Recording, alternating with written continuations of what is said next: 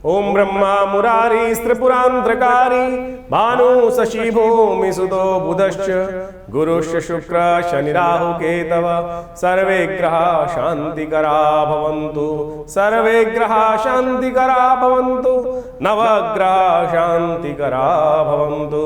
गुरुर्ब्रह्मा गुरुर्विष्णु गुरुर्देवो महेश्वरा गुरुर्साक्षात् परब्रह्म तस्मै श्री गुरुवे नमः।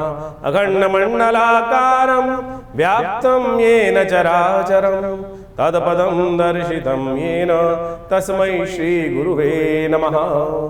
स्वागत है आपका आचार्यवाणी में। मैं आचार्य डॉक्टर विक्रमादित्य आपके साथ हूँ और आज का विषय हमारा है मीन राशि वालों के लिए बृहस्पति का जो स्थिति परिवर्तन हो रहा है वो कैसा रहेगा आपके लिए।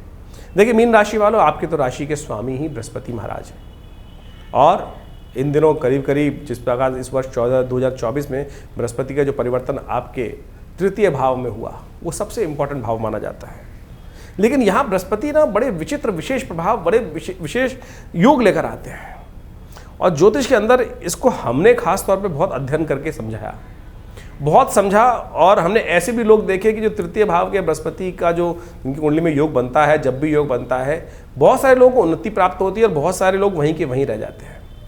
हमने कारण को बहुत अच्छे से समझने का प्रयास किया और आप समझें कि अद्भुत कारण हमें समझ में आया और हमने एक नहीं हजारों लोगों पर इसको अनुभव करके देखा और जिस पर अनुभव कर देखा कि वो बृहस्पति का प्रभाव क्या कारण है कि जो तीसरे भाव का बृहस्पति जो होता है, चाहे जन्मपत्री में बैठा हो चाहे गोचर में हो, वो कब फलीभूत होगा। जैसे पंचम भाव का बृहस्पति होता है फलीभूत, कहते हैं निष्फल हो जाता है, हो जाए तो बहुत बढ़िया।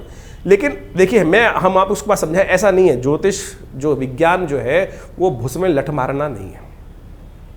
घुस में लठ मारने का मतलब यही कोई आदमी घुस में मारे जा रहा है, लठ कहीं लग गया, कभी नहीं लगा, कभी ऐसे हो गया, कभी वो, यानी ऐसा नहीं है कि बिल्कुल किस्मत का सौदा, ना ना ना, प्रत्यक्ष बिल्कुल वैज्ञानिक दृष्टिकोण से ए के बाद बी के बाद सी के बाद डी एक व्यवस्था है और वो वैज्ञानिक फिनोमेना हमेशा सही काम करता है। तो अब आपको ये समझना पड़ेगा कि बृहस्पति कैसे आपके तृतीय भाव में बैठकर फलीभूत होगा। तृतीय भाव में बैठे हुए बृहस्पति इन दिनों वक्र स्थिति में है, जो 9 अक्टूबर से 4 फरवरी तक वक्र स्थिति में रहेंगे। वक्री का मतलब यानी ग्रह कई बार बोला जाता है उल्टे, यानी पीछे की तरफ जा रहा है। ग्रह पीछे की तरफ कभी नहीं जाता। इसको ऐसा मान लीजिए कि आप फ्लाइट में बैठे हैं तो आपके सामने 2 हवाई जहाज बिल्कुल सेम दिशा में आपने देखे होंगे चल रहे हैं और एक कई बार क्या होता है कि जब आपका जो हवाई जहाज है या आपकी गाड़ी है सामने लाइन चलते हुए बहुत तेज जा रही है, सामने वाला अपनी स्पीड से चल रहा है, तो आपको लगेगा कि वो धीरे धीरे आगे जाके वो पीछे छूटता चला जा रहा है, वो कहीं ना कहीं बैक चल रहा है। वो बैक नहीं जा रहा है, उसकी स्पीड अपनी है और आपकी स्पीड अपनी है। लेकिन एक बात माने, वक्री ग्रह और ताकतवर हो जाता है और ज़्यादा भाग्य जगाने के लिए स्थिति उत्पन्न कर देता है और ज़्यादा, और आपके लिए तीसरे भाव का बृहस्पति बहुत ही बढ़िया स्थिति उत्पन्न करने के योग दे रहा है, बहुत बढ़िया तरीके से। यदि हम बात करें मीन राशि वालों के लिए तो आप समझें आपके कार्यों में सफलता प्राप्त करने का रास्ता बृहस्पति लेकर आया है। लेकिन किस्मत किसकी जागेगी, वो तब जागेगी जब वो इसको समझ लेगा, नहीं तो बृहस्पति ऐसे ही निकल जाएगा। साफ तौर पर ऐसे ग्रह आते हैं निकल चले जाते हैं, तो गोचर का प्रभाव चलता चला जाएगा। इसको जगाने का तरीका है। लेकिन ये बृहस्पति की वक्र स्थिति जो है विशेष तौर पर 2 नक्षत्रों में रहेगी, मृगशिरा और रोहिणी नक्षत्र में। 28 नवंबर तक तो मृगशिरा नक्षत्र मंगल के नक्षत्र में रहेंगे और 28 नवंबर के बाद रोहिणी के नक्षत्र जो चंद्रमा के नक्षत्र रोहिणी के अंदर वो चले जाएंगे और फिर करीब करीब फरवरी तक वो वहीं रहेंगे, पहले चौथे चरण फिर तीसरे चरण पे, इस प्रकार से उनके योग रहेंगे। तो ऐसे में समझ लीजिए ये कहीं ना कहीं द्वंद्व भी उत्पन्न कर सकता है, ये आपकी शक्ति को भुला सकता है, ये ऐसा उत्पन्न कर सकता है प्रभाव जो है। बृहस्पति बहुत ताकतवर ग्रह है, सबसे ताकतवर पूरे कहूँगे जो ग्रहों के अंदर बृहस्पति के शुभत्व सबसे शुभ ग्रह माने जाते हैं और हमारे लिए तो खासतौर पर पृथ्वी के लिए तो सबसे शुभ ग्रह माने जाते हैं। सबसे शुभ ग्रह देवगुरु इसीलिए कहा गया उनको, और इनका प्रभाव भी बड़ा विचित्र है, चमत्कारिक प्रभाव है कि जिसकी कुंडली में बृहस्पति का प्रभाव बड़ा सुंदर हो तो उसका तो विश्व में विजय प्राप्ति करने के अद्भुत योग बन जाते हैं। अनेक योगियों ने, अनेक ज्योतिष के विद्वानों ने बृहस्पति की जो उदाहरण उपस्थित किए हैं वो ऐसे अद्भुत हैं कि जैसे अब्दुल रहीम खान खाना ने लिखा, यदा बृहस्पति यदा मुश्तरी करकटे व कमाने यदा चश्मखोरा जमी, जिस प्रकार से कहा ना बृहस्पति जब बहुत सुंदर योग बना रहा हो तो ज्योतिषी क्या करेगा, जहाँ तक तो राज ही करेगा। तो आप समझिए कि बृहस्पति अकेला ही यदि ताकतवर, हमने तृतीय भाव के बृहस्पति पर बहुत अद्भुत शोध करी, बहुत चीज समझ के निकाली। लेकिन नेगेटिव और पॉजिटिव दोनों एस्पेक्ट समझने चाहिए। बृहस्पति जिस प्रकार की आपकी राशि में इस वक्त योग बना रहे हैं वो आपके मन को अशांत भी कर सकते हैं, क्रोध बहुत बढ़ा सकते हैं, ये आपने एनालाइज भी किया होगा। और जब ये तक ये मंगल के नक्षत्र में चलेंगे, विशेष तौर पर और क्रोध बढ़ने के योग बनेंगे और कार्य को बिगाड़ सकते हैं आपके क्रोध। शांत होकर चीज़ों को समझने का प्रयास करें। कई बार ऐसी स्थिति हो सकती है कि आप कुछ मति भ्रम में उत्पन्न हो जाए, जो आप सोच रहे हैं वो ठीक है कि नहीं है। तो इसमें आवश्यकता यह है कि सबसे पहले शांत होकर चीज़ों को समझने का प्रयास करें। हो सकता है कि आपकी शक्ति गलत जगह उपयोग हो जाए, यानी हम तरक्की की जगह विध्वंस की तरफ चले जाएं। ऐसा भी बृहस्पति की ये वक्र स्थिति उत्पन्न कर सकती है आपके मनोमस्तिष्क में विचारों को। बृहस्पति विचार का ग्रह है और बृहस्पति जिस प्रकार के अंशों में इस वक्त विद्यमान है, जो जिस प्रकार में, वो ऐसा उत्पन्न कर सकता है कि केवल भ्रामक स्थिति, हवाई किले, विचार विचार विचार विचार विचार का ग्रह है कि इसको ऐसे कर देते हैं, जैसे मुर्गी पालेंगे, उसके अंडे निकलेंगे, अंडे से फिर मुर्गी बनेगी, मुर्गी से फिर अंडे हो गए, अंडे से फिर मुर्गी, मुर्गी से फिर अंडे। ये स्थिति मनोमस्तिष्क में विचार में आ सकती है। यानी हवाई योजना, हवाई किले बनाने की स्थिति मनोमस्तिष्क में विचार में इस बृहस्पति की वक्र स्थिति में होने कर ये विचार ही विचार चलते चले जाए और कार्य छूट जाए। रिजल्ट तो कार्य से आने वाले हैं, केवल विचार से नहीं आने वाले, ये समझ लीजिए। तो ऐसे में सही रूप से सही दिशा निर्देशन, सही गुरु के सानिध्य में और मां भगवती की उपासना, ये चमत्कारिक उपाय बता रहा हूं मैं आपको। आमतौर पर ज्योतिष के कार्यक्रम में लोग सब देखते हैं, प्रभाव तो जान लेते हैं, समझ भी लेते हैं खुद, लेकिन हम समझाने के, हम रास्ता बताने के लिए बैठे हैं ना आपके लिए। जितना भगवती दुर्गा की, लक्ष्मी की उपासना इस वक्त आप कर लेंगे, अग्नि की उपासना कर लेंगे, यज्ञ भगवती दुर्गा का कर लेंगे, आप मान लीजिए ये समय फिर आपके लिए 12 वर्ष तक नहीं आने वाला। ग्रह पूर्ण ताकत में है, लेकिन आपकी जो शक्ति है वो गलत तरफ लगती दिखाई दे रही है, क्योंकि बृहस्पति दिग्भ्रमित कर सकता है व्यक्ति को, दिशा परिवर्तन कर सकता है। यानी बजाय इस रास्ते पे चलने के, हम जैसे सपोज हम आगे बढ़ना चाहते हैं, हमारे किसी से व्यक्ति मनोमस्तिष्क में वृत्ति ऐसी आ गई कि नहीं ये कैसे आगे बढ़ रहा है, मैं इसको पहले खत्म कर दूं। अरे छोड़ो ना, आप अपनी स्पीड आगे बढ़ा लो। मैंने आपको अभी एग्जांपल दिया था एक, हमने आपको कि 2 गाड़ी चल रही हैं, एक अपनी स्पीड चल रही है, एक अपनी स्पीड चल रही है। जब आप हर कोई अपनी अपनी घर से आगे बढ़ने का प्रयास कर रहे हैं, हम काहे किसी की शक्ति को खत्म करने में लगाएं, हम अपनी शक्ति पे तेज बढ़ने का प्रयास। ये बृहस्पति महाराज इस वक्त आपकी किस्मत को जगाने के लिए स्थिति उत्पन्न करने के योग बना रहे हैं। लेकिन साथ साथ ये जो चाल है, विशेष तौर पर ये समय जो है, ये 2 धारी चाल है। आपके समय को आप बर्बाद भी कर सकते हैं। तो आपको सही रूप से इस काम करने का प्रयास करना है। रास्ता दुर्गा पूजा है, रास्ता भगवती दुर्गा का यज्ञ है। भगवती दुर्गा का मंत्र ओम आइम ह्रीं क्लीं चामुंडाई विचे, दुर्गा जी का मंत्र जितना बढ़िया से करोगे महाभगवती दुर्गा का, देखिए इस वक्त हमें आपको दिखाई देता है बहुत बढ़िया तरीके से आप लाभ की स्थिति को उत्पन्न कर सकते हो। देखिए आपकी बृहस्पति लग्नेश हैं और कोशिश करें कोई ना कोई पीले रंग का कपड़ा अपनी जेब में रखें, पीले वस्त्र, ऑरेंज वस्त्र ज़्यादा धारण करने का प्रयास करें। सबसे ज़रूरी बात, मन को शांत रखें। मन को शांत रखें, अननेसेसरी छोटी छोटी बातों में क्लेश ना पालें।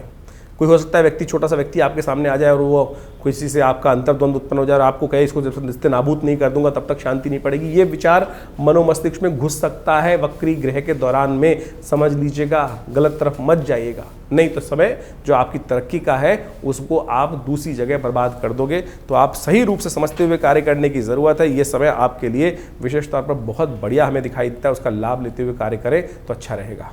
देखिए ग्रहों का परिवर्तन समय समय पर होता रहता है। इन सब परिवर्तनों का प्रभाव तो प्रत्यक्ष रूप से जब हम आपके समक्ष उपस्थित करते ही रहते हैं, लेकिन ये जो गोचर का परिवर्तन है इसको विशेष तौर पर आपके मूल जन्मपत्री के साथ विचार करना बहुत ज़रूरी है।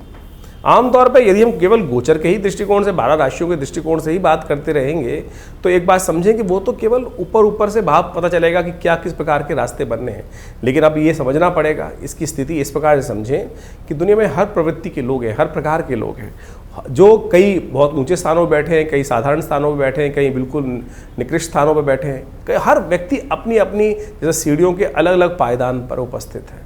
हर जितने करोड़ों अरबों लोग हैं उनके सबके अलग अलग पायदान हैं और उन सब पायदानों पर उनका प्रभाव गोचर पे अलग अलग प्रकार का होगा। ये ऐसा नहीं कह सकते कि ज्योतिष के दृष्टिकोण से ये जो गोचर का प्रभाव है हर व्यक्ति पर एक जैसा ही होने पड़े। आपकी जन्मपत्री में किस प्रकार के राजयोग बने हुए हैं, किस प्रकार के दरिद्र योग बने हुए हैं, किस प्रकार की दशाएं चल रही हैं, मूल जन्मपत्री के अंदर ग्रहों की अवस्था किस प्रकार की है। आप समझें कि गोचर में बृहस्पति महाराज या कोई भी ग्रह उच्च के हो गए और मूल कुंडली के अंदर उनमें ताकत ही नहीं है तो वो क्या प्रभाव दिखाएगा ग्रह, वो तो फिर साधारण होकर निकल जाएगा। बहुत सारे लोग अपने अपने समय समय पर प्रश्न उठते रहते हैं कि दुनिया में जब जिस प्रकार का ग्रह योग बन रहा है, अच्छा बन रहा है, राशि के दृष्टिकोण से अच्छा बन रहा है, लेकिन मेरी जिंदगी में कुछ नहीं हो रहा है। कारण क्या है? क्योंकि मूल जन्मपत्री में कितनी ताकत है, मूल व्यक्ति के अंदर कितनी ताकत है, किस प्रकार का कौन सा व्यक्ति किस लेवल पर बैठा हुआ है, क्या क्या उसके दुष्प्रभाव है, कौन कौन से कर्म किस प्रकार के उसने किए हुए हैं, उसका लेखा जोखा किस प्रकार का बना हुआ है, तो ये सब मूल जन्मपत्री के द्वारा ही समझा जा सकता है। उसके जीवन में क्या कुछ चलना है, कैसे चलना है। अब हवाएं तो ऐसा समझ सकते हैं कि गोचर के दृष्टिकोण से ऐसा माने कि एक वर्षा ऋतु की हवा चल रही है।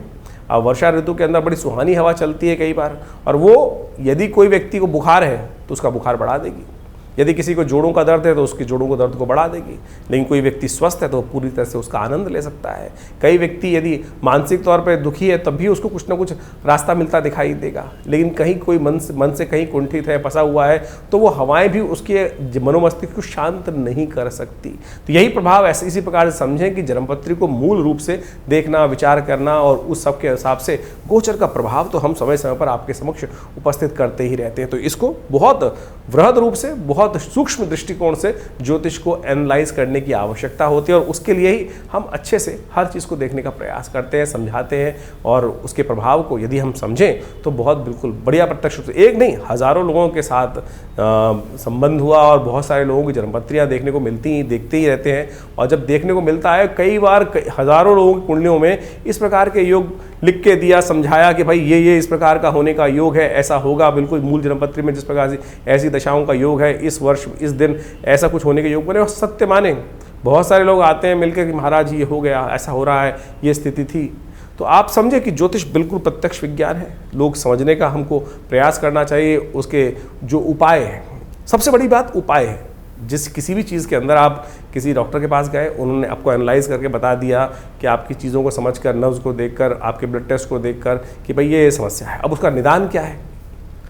तो अगर निदान कोई कह दे कि भैया इसको कोई निदान ही नहीं है, ये तो ऐसे ही चलेगा, ऐसे ही होना है, तो फिर उस विज्ञान का फायदा क्या है। ज्योतिष यश के अंदर हर चीज़ का निदान है। सकल पदार्थ हैं जगमाही, कर्महीन पुरुष पावत नाही। ये बात सिद्धांत हमको समझना चाहिए कि हर चीज़ का कोई ना कोई जो कष्ट जीवन में आया है, उसका निदान भी किसी ना किसी प्रकार से कहीं ना कहीं उपस्थित है। बस वो हमारी किस्मत में होना चाहिए, सही रूप से होना चाहिए, सही समय पर हम सही जगह पहुंच जाएं, सही रास्ता अपना लें, तो बिल्कुल वारे न्यारे होने के योग बन जाते हैं, किस्मत जाग जाती है, कष्ट दूर हो जाते हैं। और यदि दुर्भाग्य जीवन में है तो बिल्कुल पड़ोस में बैठा हुआ वो उपाय भी जीवन में व्यक्ति भटकता रहता है, और पड़ोस में भी वो रास्ता बिल्कुल सही नहीं प्राप्त हो पाता। अज्ञानता की स्थिति इस प्रकार से हो जाती है। ये सारा समय का खेल है, ये सारा जीवन में भाग्य का खेल है।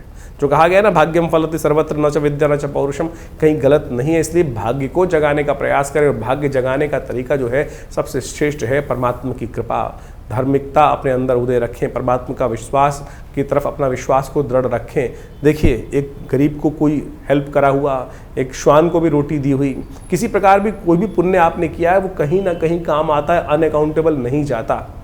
बहुत सारे लोग कहते रहते हैं कि भाई जीवन में सब कुछ अच्छा ही किया, सब कुछ मैंने इसको हेल्प करी, इसको हेल्प करी, वो उसके बाद भी अब पता नहीं तुम्हारा घड़ा कब भरने वाला है भाई।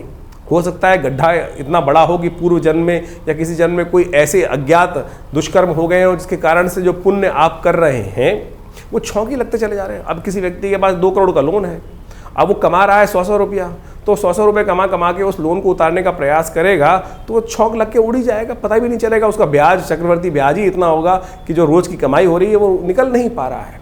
तो ये स्थिति हमको समझनी है, और ये मूल जन्मपत्री समझा सकती है कि क्या स्थिति है, किस प्रकार का है, कहाँ कौन सी गलती हुई, और किस प्रकार से उसको ठीक करने के लिए कितना किलो वजन दूसरे पलड़े में डालना है कि दूसरा पलड़े में जो भार है, दुष्कर्म का भाग है, कष्ट का भार है, वो कैसे कट जाए। और इसलिए आपको ज्योतिष को समझना चाहिए। ज्योतिष के प्रत्यक्ष रूप से यहाँ हम जो भी आपके गोचर के प्रभाव को, बृहस्पति के प्रभाव को हमने आपके उपस्थित रखा आपकी राशि के अनुसार से, वो बिल्कुल वैदिक दृष्टिकोण से, प्रामाणिक दृष्टिकोण से बिल्कुल सत्य है। बस वही एग्जाम्पल आप समझ ले कि आप किस लेवल पर है, उसका प्रभाव आपके ऊपर किस प्रकार का हो रहा है, वो पूरी जन्मपत्री को निष्कर्ष रूप से यदि हम देखें, समझें, तो आप उसके लिए आश्रम से जुड़ सकते हैं। बहुत सारे आश्रम में बहुत सारी गतिविधियाँ चली रही हैं, बहुत सारे शोध चलते ही रहते हैं समय समय पर, चाहे वो यज्ञ विज्ञान है, चाहे वो मंत्र विज्ञान है, और बहुत सारी पुस्तकें आश्रम के द्वारा इन समस्त हमारे शोधों पर प्रकाशित की गई हैं, और नित्य प्रति बहुत सारे उत्सव कार्यक्रम में चलते रहते हैं। इस दौरान भी जैसे बृहस्पति का ये वक्र स्थिति चल रही है, आश्रम में लगातार बहुत सारे कार्यक्रम रहेंगे। यज्ञ भी रहते हैं, हर रविवार को सुबह 8 से 10 बजे तक यज्ञ रहता है, मंगलवार को सुंदरकांड का पाठ रहता है, नित्यपति रुद्राभिषेक रहता है और उन सब के शुभ कार्यों में, पुण्य कार्यों में आप भी जुड़ सकते हैं। नंबर्स आपके सामने स्क्रीन पर है और आपका सबका स्वागत है दिल्ली में विवेकानंद योग आश्रम में।